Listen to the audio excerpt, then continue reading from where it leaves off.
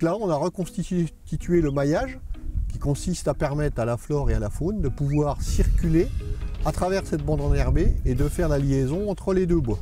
On doit approcher les 1400 mètres de grandes haies plantées en 2005 et depuis 2013, j'en ai rajouté 1500 encore. Voilà. Nous avons adopté un système de désherbage à infrarouge et ce système-là nous permet d'économiser 70% de matière active par an sur du désherbage localisé sur le rang. Le matériel de pulvérisation que nous utilisons pour désherber sous le rang de vigne est un matériel qui a l'avantage de travailler avec des bouillies très concentrées, qui nous permet de faire des réductions de 50% de doses utilisées avec la même efficacité.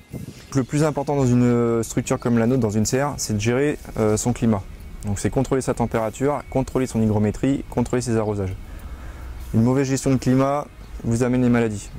Une souffleuse qui enlève les feuilles de sous les arbres pour les amener dans l'herbe où elles vont être broyées finement. Ça favorise leur décomposition et donc les champignons ne vont pas fructifier, produire des ascospores. Et quand on fait du semis direct, des cultures simplifiées, enfin qu'on essaie de développer cette vie du sol, on voit les lombrics apparaître. Tout de suite, on a un effet visuel, mais il y a plein d'autres choses qui se passent à l'intérieur, il y a plein de micro-organismes, il y a plein de bactéries qui interagissent avec les plantes, et puis il y a surtout plein de champignons. Nous utilisons une technique dite de protection intégrée par l'utilisation des trichogrammes. Donc voilà un petit peu une plaque engluée, dessus il y a un support en carton avec de la colle et ici on a la petite capsule où il y a la phéromone. Par exemple sur les tomates on a 27 variétés différentes.